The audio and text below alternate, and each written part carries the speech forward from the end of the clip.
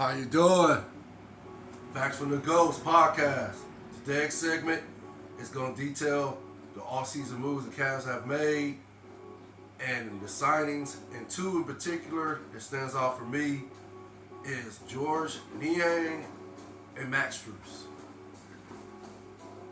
Now, as we get into this, I'm going to say for me, on paper, these two signings are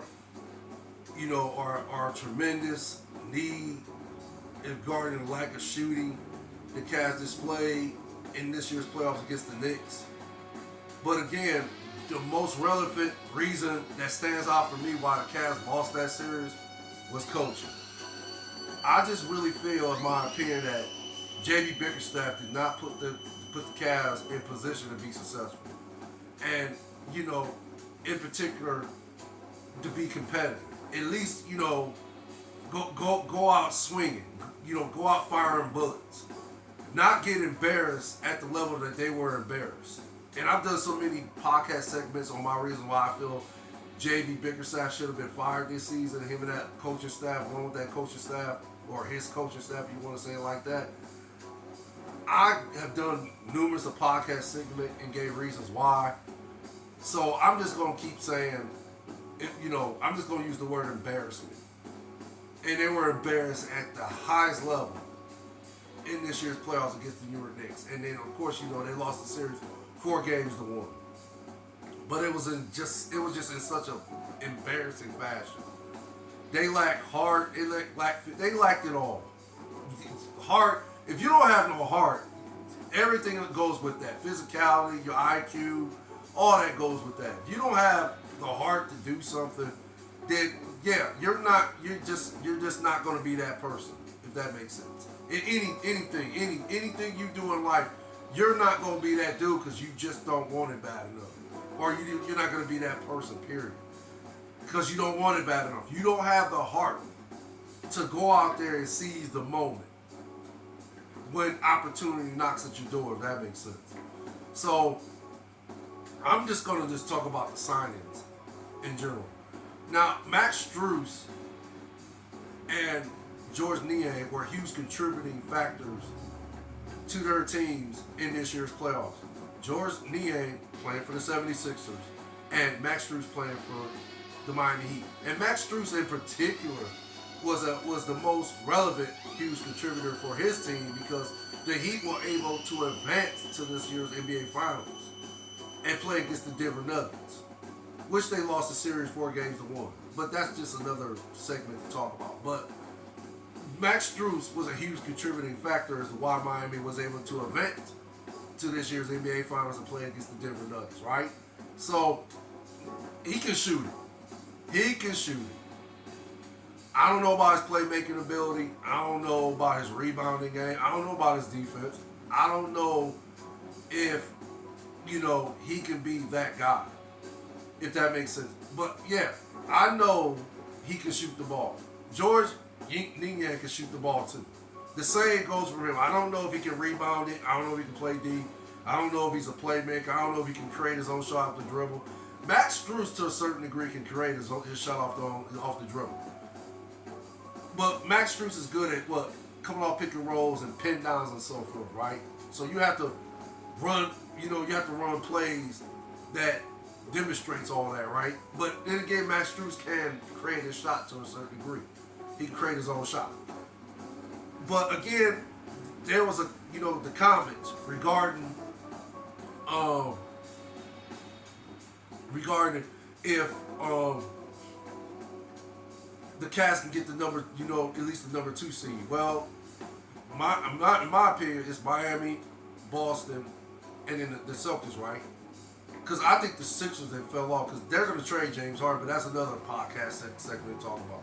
But I'm just going to stick with the 3 that I think is going to be the top 3 in the East: Miami, Milwaukee, and Boston. And that order can, change at any point this season.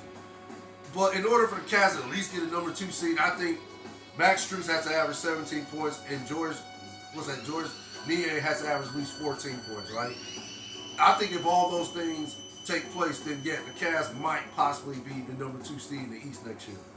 But again, and the one, what I was listening to, okay, I said it like this, listening to podcast segment this morning, the ones in Cleveland, the analysts that got their own podcast platforms, right?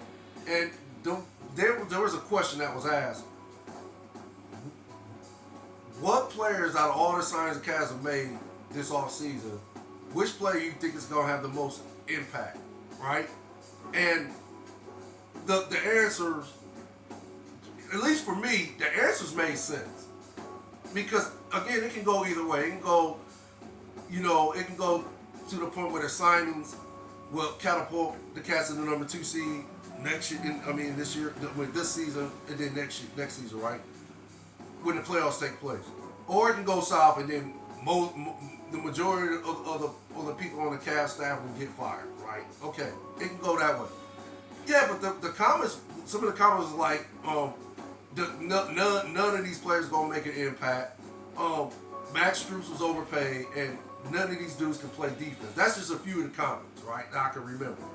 And of course, the guys asked the question, what did you expect the Cavs to do, right? What did you expect them to do? The Cavs needed shooting, and they addressed that. Yeah, the Cavs needed shooting, and they addressed it. But again, for me, I'm not sure if they addressed the elephant in the room, which is who, like, how you going to implement heart into somebody? Either a person has it or they don't. Either they want it to win at that level, which is an NBA championship, or they don't. It's simple as that. So, yeah, again, for me, I guess we'll see what takes place this year. But yeah, the signings are significant, if that makes sense. The Cavs had to do something. They couldn't come back with this same roster. And it seems like the Cavs had at least, made some changes that might work for them, if it makes sense. So, yeah, we'll see what happens. We'll see how everything goes this season. Do I like the signings? Of course I do. But do I agree with some of them YouTubers that made those comments on that particular platform with those analysts, those Cleveland analysts? Yeah, I mean, like I said, it makes sense. I ain't gonna say I necessarily agree with them, but they make sense. I don't think they was alarming like those guys thought they were. But I do agree with them. What did you expect the Cavs to do? They didn't have the money to get the top free agents.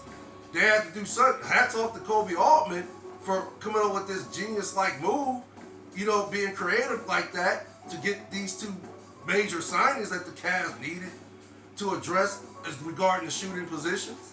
So, again, we'll see what happens. But y'all take care. Y'all have a safe, blessed holiday. You and your families. One love. DJ Lottie Dottie. Later.